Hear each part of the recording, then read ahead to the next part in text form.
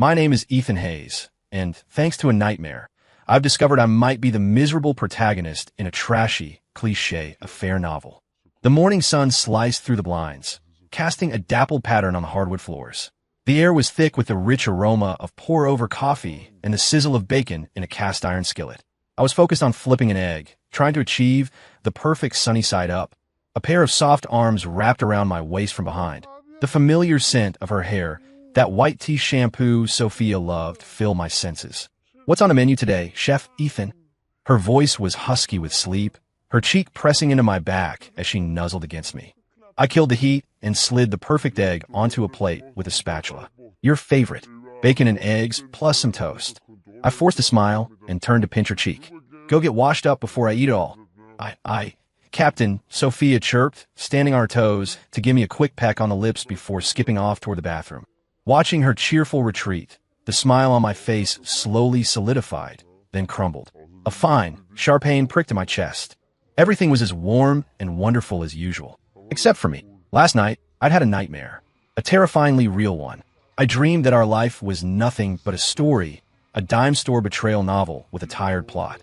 And I, Ethan Hayes, was the pathetic cheated-on husband. My beloved wife, Sophia, was the star of the show, the woman who would throw everything away for some pretty boy. The dream began in our warm, comfortable home. No, it wasn't our home anymore. The prints we'd picked out together were gone from the walls, replaced by a piece of cold, jarring modern art I'd never seen before. Sophia was sitting on the sofa, right underneath it. She was in loungewear, but her makeup was flawless, and the look she gave me was as cold as ice. Beside her sat a boy who, at first glance, seemed bright and cheerful, but I could immediately see the smugness and mockery in his eyes. His name was Liam. I didn't even know how that name popped into my head, but I just knew. The man, this Liam, was peeling an apple with the triumphant air of a conqueror. He sliced off a piece and held it to Sophia's lips. She opened her mouth without a second thought, accepting his offering. She didn't even look at me, as if I were just some intrusive stranger who'd wandered into her house. I heard my own voice, ragged and hoarse. "Sophia, what is he doing in our house?" She finally looked up, her eyes laced with impatience. "Ethan, can you please try to be mature? Liam's all alone out here, trying to make it. It's not easy for him, so I told him he could stay with us." Liam smiled, a smirk full of provocation. Then his expression softened, and he put on a pitiful act. "Sophia, you don't have to do this. I know I'm imposing. I don't want my being here to affect your relationship with Ethan." He stood up, walked over to me, and said in a voice just loud enough for me to hear, "Ethan, man, I'm sorry. It's my fault you misunderstood. Sophia was just worried about me living alone. Don't overthink it. I'll leave right now." He said he'd leave, but his feet were planted on the floor like they'd grown roots. It was Sophia who shot up, shielding him like a mother hen protecting her chick. "Liam, you don't have to listen to him. I bought this house. A freeloader like him has no right to kick my people out." Behind Sophia, Liam's smirk widened, dripping with silent mockery. Blood rushed to my head. "Ethan, stop acting crazy. You're embarrassing me. There's nothing left between us. Haven't you felt it?" She pulled a file from under the coffee table and threw it in front of me. "Divorce papers." My lawyer drew them up. "Sign them, then get the hell out. I don't want to see a vindictive man like you ever again." My heart felt like it was being squeezed by an invisible hand, the pain making it impossible to breathe. "Don't forget, you're the one who chased me, and now I'm an embarrassment to you?" "Huh." I let out a cold laugh, grabbed a pen, and signed my name. Then I turned and walked away. The moment I stepped out the door, the agony was so intense I could barely draw a breath. Just then, I shot upright in bed, drenched in a cold sweat. My heart was pounding in my chest, and I gasped for air like I just clawed my way out of deep water. The moonlight was bright outside, and the bedroom was so quiet I could only hear the frantic thumping of my own heart. I turned my head and looked at Sophia beside me. She was sound asleep, her long lashes casting a faint shadow on her cheek. She looked peaceful and lovely, an angelic face I'd never tired of looking at for 8 years. From the girl in the white dress on our college campus to the CEO running a publicly traded company, she had always been the same Sophia. The one who would get excited for half a day over a little app one built, the one who would clumsily make me a pot of soup when I was sick. She'd been with me through the toughest days of my startup, more thrilled than I was when I landed my first big contract. She came from money, a genuine blue blood family.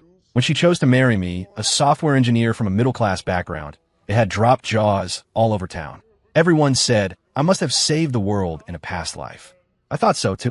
How else could I have been lucky enough to meet a girl like her? How could a woman like that betray me for some intern who appeared out of nowhere? It was impossible.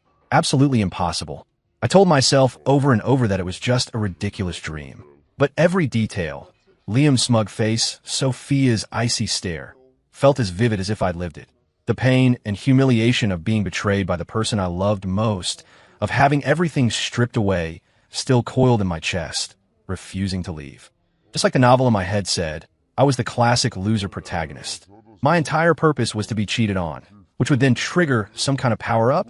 Either I'd go dark and get revenge, or I'd stage a massive comeback. And Sophia was the clueless heroine, blinded by infatuation, mistaking a worthless pebble for a diamond. I closed my eyes, took a deep breath, and tried to force the absurd thoughts from my head. Ethan. Sophia rolled over, her eyes fluttering open. She reached out, her warm, sleepy hand resting on my forehead. What's wrong? You're sweating. My heart seized, and my body went rigid. It's nothing. Just a bad dream. I squeezed out a smile that felt worse than crying. She immediately sat up, leaning closer, her eyes full of concern. Is work getting to you? Maybe we should get out of town this weekend. Looking at her worried expression, hearing her gentle voice, my insides twisted into a knot. Logic and emotion were at war in my head. On one side, 8 years of a real, loving marriage. On the other, that terrifyingly real, prophetic nightmare. Really, it's fine. It was a stupid dream, I said, pulling her into my arms, my chin resting on the top of her head. Go back to sleep. It's not even dawn yet. You too, then. She snuggled against my chest, found a comfortable spot, planted a soft kiss on my cheek, and closed her eyes again. I held her warm, soft body, but sleep was now the furthest thing from my mind. The nightmare became a secret I buried deep inside, one I refused to speak aloud. Days passed, and the ridiculous nightmare began to fade. At night, I'd intentionally replay memories of meeting Sophia, as if to reassure myself. The first time I saw her in college, she was wearing a white dress, standing under a sycamore tree as sunlight dappled her shoulders. Back then, I was just another comp-sci major, and she was already a big shot in student government. We were from two different worlds. She was the one who spoke to me first. Excuse me, can you help me with my laptop? She'd asked, holding it in her arms, a smile on her face that was impossible to refuse. As I worked on it, she sat right next to me, asking occasional tech questions. Looking back, they were incredibly basic, but she asked them with such earnestness, listening intently. After a while, I realized her laptop wasn't broken at all. The power cord just wasn't plugged in all the way. Why did you lie to me? I asked. Because I wanted to meet you, she'd replied, as if it were the most natural thing in the world. From that day on, she became a color in my life. For 4 years of college, she stayed up with me while I coded, and I kept her company during late-night student government meetings. After graduation, she took over her family's business, and I became a programmer at a tech firm. Two seemingly parallel lives, woven together by love. On our wedding day, she stood before me in her white gown and said, Ethan, we're going to grow old together. How could that Sophia ever betray me? It was just a dream, a completely absurd dream. I kept telling myself that. Until tonight. At dinner, Sophia was unusually excited, her eyes sparkling with a light I hadn't seen in a long time. While eating the braised short ribs I'd made, she chattered on and on about work. You won't believe it. We got a new intern today, a comp-sci major. The kid's a genius. She put down her fork, gesturing animatedly. He's young, but he's brilliant. And one morning, he solved a project proposal issue that's been driving me crazy for weeks. I kept my head down, trying to seem casual as I ate. Oh, really? And he's cute, too. Like a clean-cut, boy-next-door kind of cute. Sophia's excitement grew. And he's so well-spoken, really polite. He calls me Sophia, but in this really earnest way, you know? It's kind of funny. My heart clenched. This was it. This was the moment from the dream, the first time we fought because of Liam. What's his name? I tried to keep my voice steady. Sophia grinned, even wider. His name is Liam Vance. He's a little prodigy. Liam Vance. The two words struck me like a bolt of lightning, shattering all my internal defenses. My blood ran cold as every detail from the nightmare flooded back. The handsome young Liam, the sparkle in Sophia's eyes, and her final, indifferent gaze. No, it couldn't be. It was a coincidence. Just a name. But why? Why did her eyes light up like that when she talked about him? Is that so? I heard my own voice, laced with an acidity I tried to suppress. All the geniuses are running off to be your interns now. The moment the words left my mouth, I regretted them. That wasn't me. I was never the type to make bitter, sarcastic remarks, but just slipped out beyond my control. Worse, it was the exact line from my dream. My heart started to race, my palms growing slick with sweat. It's happening. The story is starting. In the nightmare, this was the trigger. I'd say that line, and Sophia would freeze, her expression turning to ice. She'd accuse me of being petty, demand to know why I didn't trust her. Then we would have the biggest fight of our lives. She'd storm out and go to Liam for comfort. My heart plummeted into an icy abyss. I stared at Sophia, feeling like in the next second, I would lose her forever. But Sophia's reaction, after a brief pause, was completely unexpected. She didn't get angry. She just blinked, set down her fork, and looked at me with an amused curiosity. A second later, she leaned in and playfully pinched my cheek. Well, did someone fall into a vat of vinegar? You sound sour, Mr. Hayes, she said with a laugh, her voice full of affection and teasing. Her fingers were warm, smelling faintly of hand cream. Her smile was the one I knew so well, her eyes brimming with love for me. I was completely stunned. This wasn't the script. In the dream, Sophia was supposed to get angry, give me the cold shoulder, and question my trust. But the real Sophia was laughing, lovingly pinching my cheek, and disarming my anxiety the way she always did. I'm not jealous, I stammered, my face burning under her touch. No, she tilted her head, a mischievous glint in her eyes. Then why the sour grapes?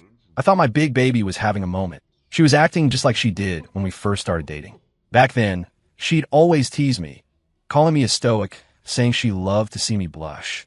I was just talking, I said, avoiding her gaze. Fear and confusion warred inside me, but I couldn't stop myself from adding, I could have helped you with any tech problems. Why didn't you ask me? Sophia burst into a wider grin. She stood up, walked over, and squeezed herself into my lap like a cat, wrapping her arms around my neck.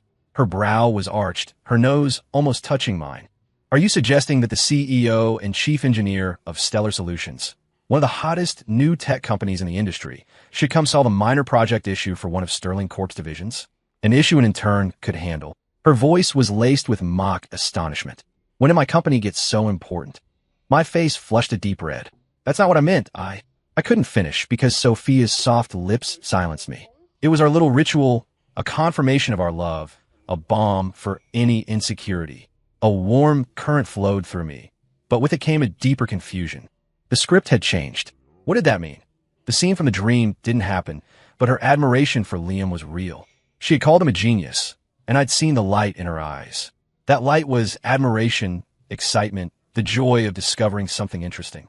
I knew that admiration was real, and that knowledge kept a thorn of unease lodged deep in my heart. Sophia, I said, her name is Soft Breath. She looked up at me. Do you think there could ever be a problem with us? I asked, voicing my deepest fear. Sophia cupped my face, looking at me seriously. Ethan, what's wrong with you? You've been acting so strange lately. Is work really stressing you out this much? I wanted to tell her about the dream, to pour out all my fear. But the words caught in my throat. What would I say? That I had a dream you cheated on me, and now I'm acting like a paranoid lunatic, monitoring your every move? It was too ridiculous. It's nothing. I guess work is just getting to me, I said with a forced smile. Sophia didn't press. She just hugged me tighter. Ethan, whatever happens, we have to talk about it, okay? Don't let things fester in your head alone. Her embrace was warm, filled with the scent I knew and loved. Okay, I nodded, but the shadows in my heart hadn't completely vanished. The script had changed, but Liam Vance had appeared. Was the dream still going to come true? The next few days, I became someone I didn't recognize. I had several important projects on my plate, but I couldn't focus. Whenever I sat down at my computer, the name Liam Vance would inevitably drift into my thoughts. I started doing things I would never have done before, like reaching out to Mark, a senior manager in Sophia's IT department. Mark was an old friend from college. I invited him out for coffee under the pretext of talking shop. Any new projects over on Sophia's end? I asked, trying to sound casual. Mark set down his cup, a sly look in his eye. What's this, Ethan? Keeping tabs on the wife. Just asking, I said, feeling a little embarrassed. Well, there's this incredibly sharp intern, Liam Vance. Mark's expression grew more complicated. Kid's got skills, I'll give him that. Serious technical chops. And he knows how to play the game. My heart tightened. What do you mean, play the game? Mark lowered his voice. You know how Sophia never takes sugar in her coffee, right? The kid remembered that on day 2. Now he brings her a fresh pour-over every morning, no sugar. Claims it's some special brewing technique he learned working part-time at a coffee shop. My blood felt like it was turning to ice. That detail, it was exactly the same as in the dream. And the kid's got an eye for opportunity, Mark continued. Yesterday, Sophia was in a conference room stressing over a technical plan. He just happened to be walking by, overheard, and offered this really creative solution. Sophia called him a genius right on the spot. Happened to be walking by. I struggled to keep my voice from trembling. Yeah, what a coincidence, right? Mark shook his head.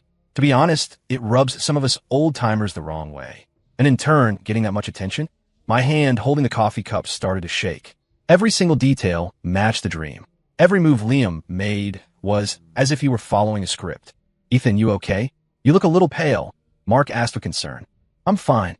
Just been stressed with work lately. I managed forcing a smile. That evening, Sophia came home an hour later than usual. The moment she walked in, she started gushing about her day. You won't believe it. Liam was a huge help again today. She dropped her bag, her eyes shining. We were stuck on a new app's interface design. Couldn't find a breakthrough. Then Liam proposed this totally fresh concept. It was a real light bulb moment. I sat on the sofa, pretending to watch TV, but all my attention was on her. He said the idea came from a project he did in school. It's hard to imagine a kid who hasn't even graduated having such a sharp business sense. Sophia kicked off her heels, her bare feet sinking into the rug. Mark and the others are all saying Liam is practically tailor-made for our company. My heart sank even further. What else did they say? It was pretty funny, actually. Sophia came over and leaned against my shoulder. Mark was joking that Liam is obviously trying to hit on me. Said something about how fearless young guys are these days, even going after the boss. My body went completely rigid. And what did you say to that? I told them to stop gossiping, Sophia said, laughing as she poked my cheek. Liam's just a kid, almost 10 years younger than us. Besides, a guy that talented will have plenty of pretty young girls after him in the future. Her tone was light, but I heard something in it I'd never heard before. A flicker of vanity from being admired by someone younger, a sense of satisfaction from being recognized by a talented person. Sophia, I said, turning to look at her. She blinked, her eyes still holding the glow from her talk about Liam. Have you ever, after being married for so long, felt like life is a little boring? I asked, treading carefully. Sophia paused, then reached up to feel my forehead. Ethan, what is with you today? You keep asking these strange questions. I just want to know what you think. She was quiet for a moment before answering seriously. Ethan, we've been married for years. Of course, we don't have that same intense passion we had when we were first dating. But I think that's normal. Love is supposed to evolve into other things. My heart dropped. Other things? Like what? Like family, like a deep understanding of each other, like a shared vision for the future. Her hand gently caressed my cheek. Ethan, are you sure you're okay? You've been overthinking everything lately. I didn't answer. I didn't know what to say. To me, her words sounded like a justification for a future betrayal. Love evolving into family. Is that even love anymore? The following week was a special kind of hell. I was possessed, constantly digging for information about Liam's performance at the company through any channel I could find. And every piece of news deepened my fear. Liam would volunteer to stay late and help when Sophia worked overtime. He would appear at just the right moment with a hot cup of tea when she was tired. He would provide the perfect solution whenever she hit a technical snag. Everything was unfolding exactly as it had in the nightmare. What terrified me most were the changes in Sophia when she came home. She started bringing up Liam constantly, her eyes always shining with that light I hadn't seen in a long time. It was the pleasure of being admired, the satisfaction of feeling her own allure again. She was still the same gentle, considerate Sophia. She still made me breakfast, gave me a massage when I was exhausted, and kissed me goodnight before we slept. But I could feel something shifting quietly, subtly. For instance, she started paying more attention to her appearance. She used to wear comfortable loungewear at home, but now she being something more put together. She started looking in the mirror more often, carefully fixing her makeup before leaving the house. She would casually mention things from her youth, sighing about how fast time flies. The changes were minute. If I wasn't watching her like a hawk, I might not have even noticed. But for me, a man consumed by fear, every tiny shift was another confirmation that the nightmare was coming true. The worst part was realizing that I was following the dream script, too. I became quiet, sensitive, and suspicious. Whenever Sophia mentioned Liam, I couldn't stop myself from making a sour comment. Whenever she was late, I couldn't help but wonder if she was with him. I was becoming the pathetic, unlikable protagonist for my dream. But Sophia's reaction remained different from the dream. Faced with my strange behavior, she didn't get angry or distant. Instead, she treated me with even more tenderness. She would hug me when I was silent, patiently comfort me when I showed my anxiety, and use her playful charm to diffuse the tension when I made a sarcastic remark. She was fighting, in her own way, to hold our relationship together. But I couldn't shake the fear inside me, because I was terrified that this was just the calm before the storm. That night, I sat on the edge of the bed, watching Sophia remove her makeup in the bathroom. In the mirror, she was still beautiful. Even at her age, time had only added a layer of mature grace. But I felt like I was losing my mind. For days, I had been debating whether to just confront her, to tell her about my fear, about the absurd dream, about my worries over Liam. I was even prepared to make an unreasonable demand. Fire him. The thought made me laugh at myself. On what grounds? Because I had a bad dream? Wouldn't that just disappoint her? But my fear had already crushed my reason. Every time I saw the light in her eyes when she mentioned Liam, every time I heard her casually praise him, I felt the nightmare creeping closer to reality. Sophia came out of the bathroom wearing a silk nightgown, her hair still slightly damp. She slipped into bed and curled up against my chest. "Ethan, why are you having so much trouble sleeping lately?" she asked, looking up at me, her beautiful eyes filled with concern. This was my chance.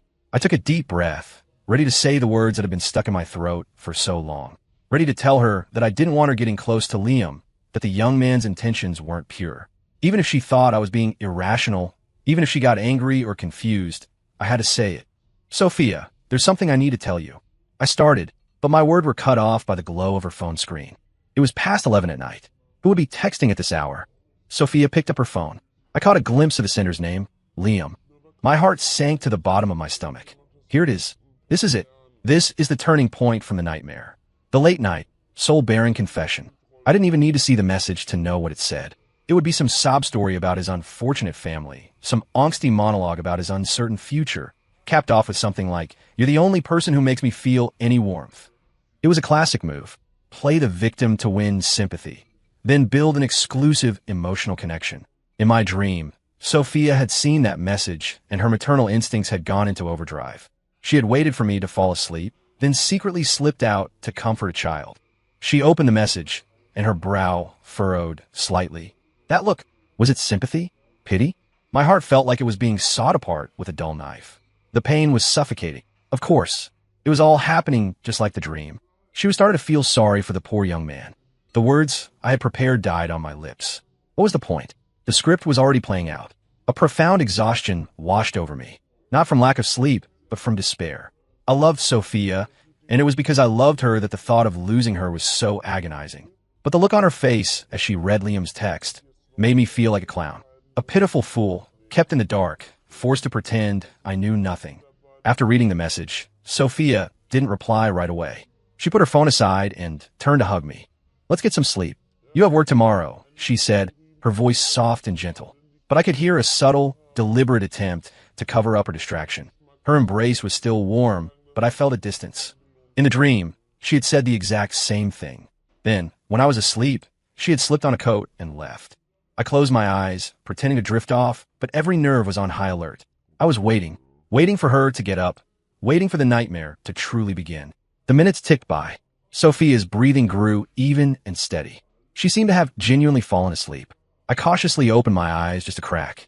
She was lying peacefully beside me, her hand resting unconsciously on my chest. There was no sign of her getting up. I froze. This was wrong. In the dream, she should have been gone by now. The script had deviated again. I kept up the act, staying perfectly still until I was sure Sophia was deeply asleep. She didn't move all night. The next morning, Sophia got up for work as usual. I pretended to still be asleep, watching her every move. After she finished getting ready, she picked up her phone and seemed to be typing a reply. My heart was in my throat again. When she went to the kitchen to make breakfast, I quickly grabbed her phone. Liam's text from last night was long, just as I predicted. "Sophia, sorry to bother you so late. I just got off the phone with my family, and I'm feeling a little down. I just needed to talk to someone. You know, my parents divorced when I was young, and my grandma, who raised me, passed away 2 years ago. I feel so alone sometimes. Coming to this new city, if I hadn't met a great boss like you, I don't know what I would have done.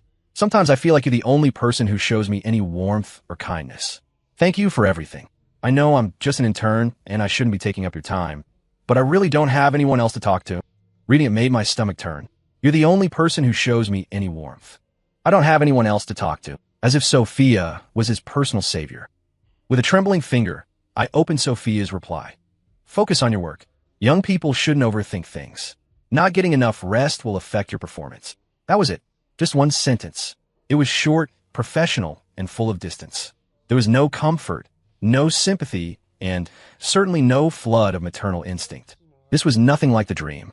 In the nightmare, Sophia's response to Liam's sob story had been a long, comforting message, full of sympathy for his plight and promises that he could talk to her anytime. But her real reply was so detached, it could have been to any random subordinate. I read the text several times, making sure I wasn't mistaken. A complex mix of emotions washed over me. Relief, confusion, and a sliver of hope I didn't dare fully embrace. Maybe the nightmare was just a dream after all. Maybe my Sophia wouldn't be fooled by Liam's act. Ethan, breakfast is ready. Sophia's voice from the kitchen snapped me out of my thoughts. I quickly put the phone back where I found it and went to get ready. At the table, Sophia served me oatmeal and sprinkled pepper on my eggs, just the way I like it. How did you sleep last night? She asked while eating. Okay, I said, then decided to test the waters.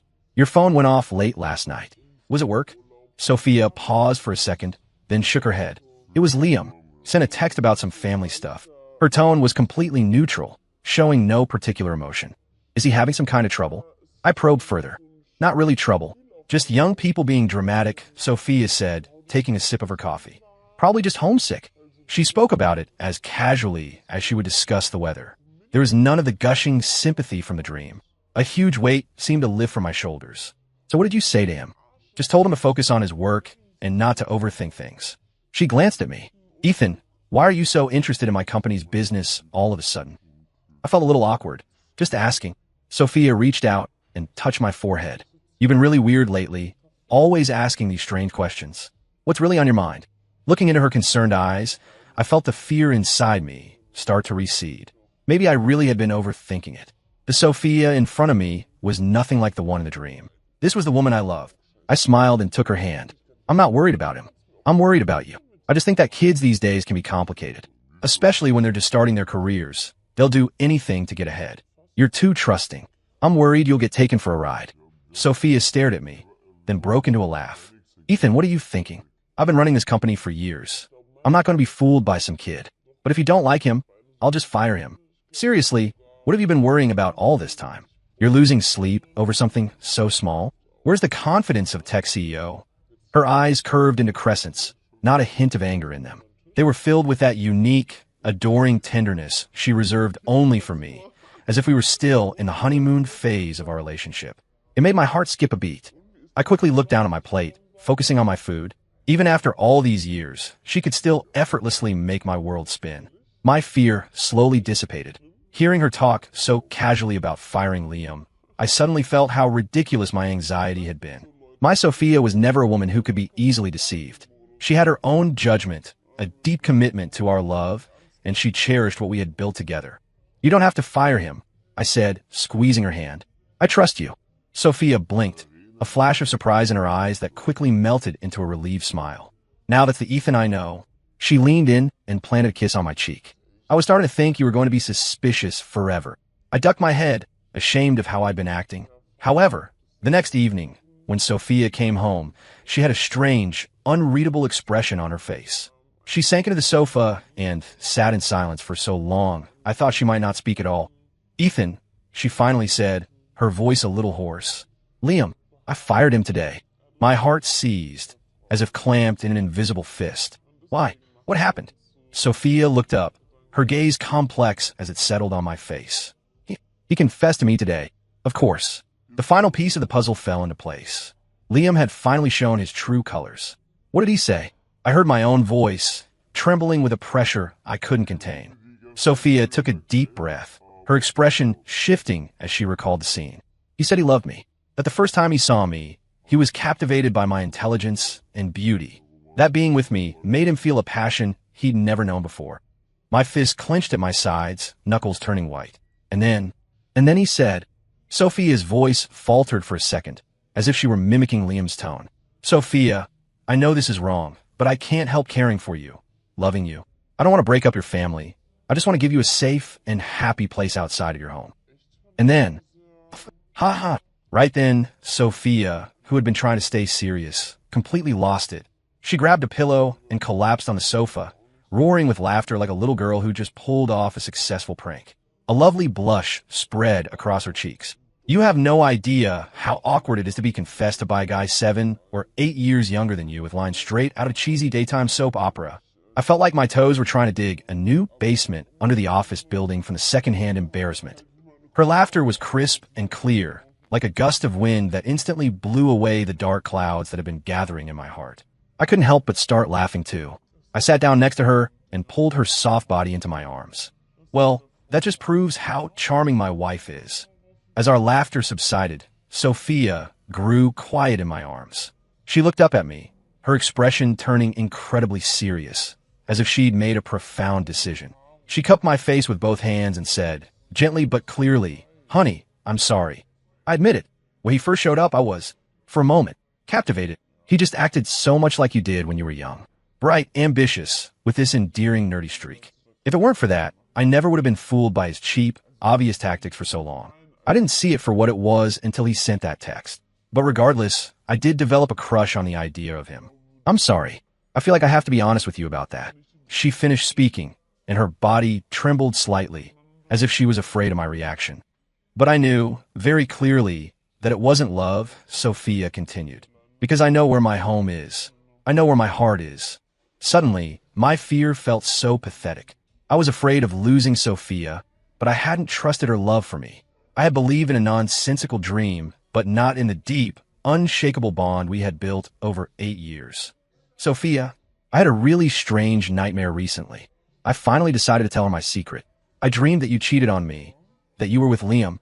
I haltingly told her about the nightmare that had terrified me for so long, recounting every detail, describing the agony and torment I'd been through.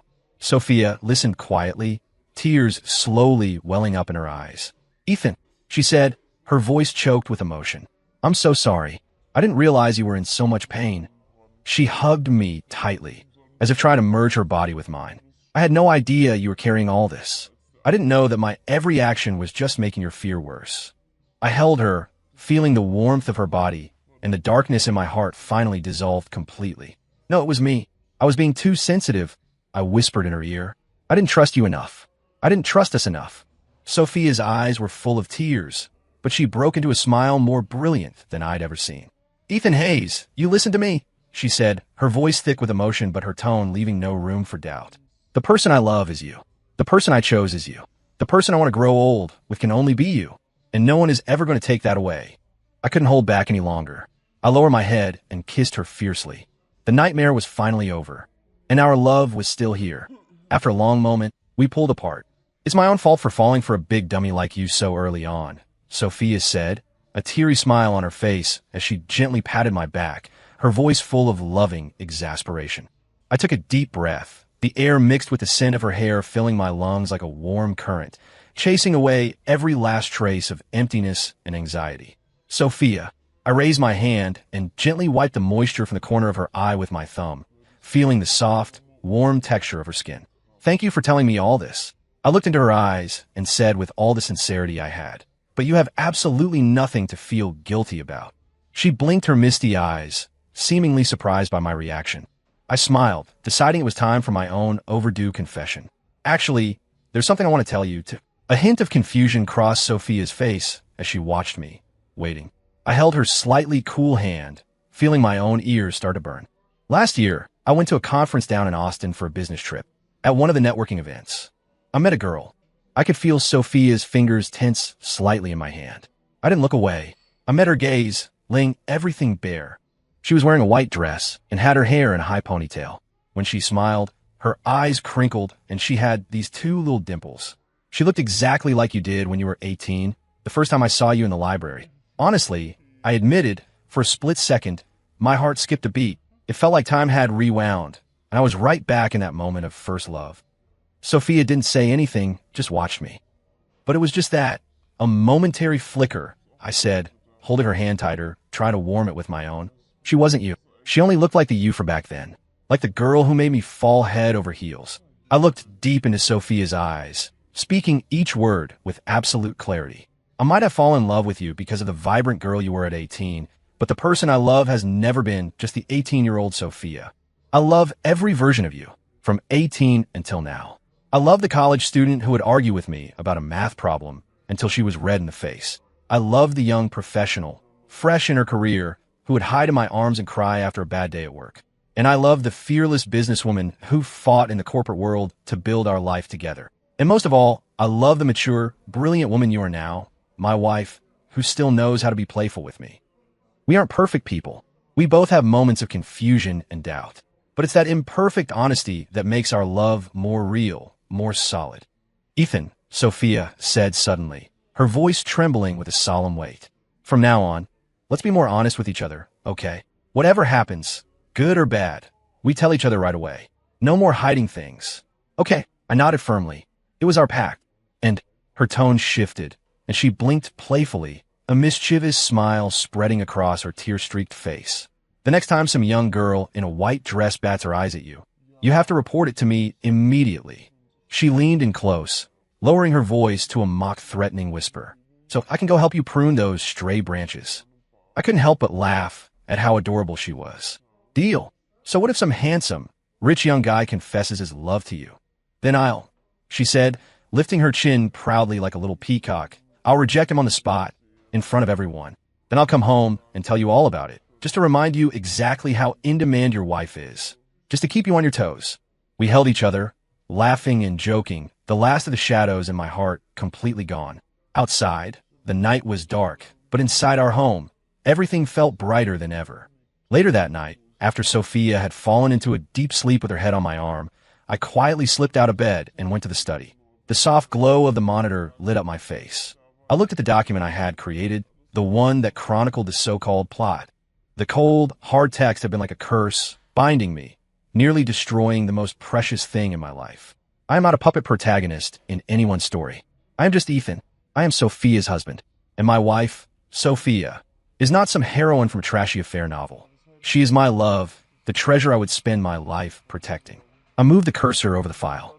Without a moment's hesitation, I hit permanently delete. Outside the window, the city lights twinkled, a million warm and real lives. And here, in our warm little home, we had the most precious thing in the world, each other's genuine love. It wasn't a love from a novel, or a movie, or any other work of fiction. It was the love of Ethan and Sophia, unique and unbreakable. Sophia's perspective. When I first saw Liam Vance, I admit, I was taken aback. There was a clean-cut, stubborn, boyish energy about him. It was like a breeze from years ago, instantly transporting me back to college. He was so much like him, like the Ethan who would argue with me in the library over a single problem, red in the face, but would still secretly save me a seat the next day. Because of that damned similarity, I found myself giving him a little more attention than I should have. I even caught myself unconsciously bringing him up in conversations with Ethan, praising his ambition and energy. I was lost in this nostalgic filter, acting like a fool, completely oblivious to how my big idiot at home was feeling. It wasn't until that night, when I received that text message with its obviously manipulative design, that I finally woke up from my self-deceiving fantasy. That's when I realized it all. The calculated concern, the coincidental appearances, the subtle hints. It was all so obvious. The man who bore a shadow of my husband's youth had a heart full of disgusting schemes. After clarity came a tidal wave of guilt and fear. I instantly understood why Ethan had been looking so exhausted and worried lately. It wasn't work stress at all. It was my fault. After so many years of marriage, he must have sensed my unusual behavior, sensed the presence of a predator. But I had been completely clueless, continuing to hurt him with my ignorance. I stared at the nauseating text on my phone screen, my heart aching as if pierced by 1,000 tiny needles. Not for that pathetic clown, Liam, but for my husband, my fool, who was heartbroken by me, but still pretending to be strong. I despised the scheming intern, but I hated myself even more. An intern could never hurt Ethan. The only person who ever could was me. I put down the phone, my heart aching as I hugged my foolish husband. I didn't know what to say, so I swallowed my words and just managed to tell him to get some rest. The next morning, when Ethan asked about Liam again, I immediately took the opportunity to suggest firing him. But that big dummy's first reaction was to apologize to me, to say he trusted me. That was his problem. He is so stupid. I was the one enjoying the ill-intentioned advances of another man, the one who was beautifying it with a nostalgic filter. I didn't deserve his unconditional trust. Even though Ethan said what he did, I was still firing Liam. I'm not an 18-year-old girl anymore. I can tell the difference between sincerity and an act. Besides, I have Ethan. This absurd farce had to end. When Liam walked into my office, that expression he probably thought was deeply affectionate still plastered on his face. I knew I wouldn't even have to come up with a reason to fire him. Sophia, there's something I need to tell you, Liam said, closing the office door, his tone becoming unusually serious. I put down the file I was holding and leaned back in my chair, watching him expectantly. Go on. He took a deep breath and began his carefully prepared confession. Sophia, I know this might sound sudden, but I love you. His voice trembled, his eyes filled with sincere emotion. From the first day I met you, I was captivated by your intelligence and beauty. Working with you these past few days has only made me more certain that you are the one I've been searching for. I listened with a blank expression, secretly shaking my head. Those empty lines were far worse than the clumsy love letters I wrote to my own stubborn man back in the day. I had no idea where he got his confidence. Sophia, I know you have a family, but I can also see that you're not happy, he continued, his voice laced with a "I'm just thinking of you" concern. Sophia, I know this is wrong, but I can't help but be drawn to you. I just want to make you happy, that's all. I don't intend to break up your family. I just want to be a shoulder you can lean on when you need one. His eyes were filled with pain and struggle, as if he were the great hero sacrificing himself for love. Are you done? If you're done, you can go write your own letter of resignation. I cut him off coolly before he could continue his performance. The expression on Liam's face froze. I studied the face that bore a slight resemblance to my husband's younger self. It was a shame. This face was tainted by calculation, far from the clean honesty of my husband's. Liam, my voice was calm, without a ripple of emotion. Thank you for your admiration. I have to say, you're a good actor. If I were still a naive girl in my early 20s, I might have actually been fooled by your heartfelt performance. A flicker of panic crossed Liam's face. But unfortunately, I smiled, but the smile didn't reach my eyes. I already have a love that will keep my heart safe for a lifetime. I can see his sincerity. But you, I looked him straight in the eye, speaking each word deliberately. I can't see through you. Your performance is too perfect. So perfect it feels fake. Liam started to say something, but I held up a hand to stop him. Besides, what if you were sincere? I already have one person's sincere love. I don't need the trouble of accepting a second. I stood up and picked up the office intercom. HR, please process Liam Vance's termination, settle his final paycheck, and any compensation according to policy. The color drained from Liam's face. Sophia, Liam, I said, turning to face him, you're a talented kid. I'm sure you'll find a more suitable job. But here, with me, you've crossed the line. He looked like he wanted to say more, but after seeing the resolve in my eyes, he said nothing. He simply turned and left my office. Watching him go, I felt an unprecedented sense of relief. The ridiculous farce was finally over.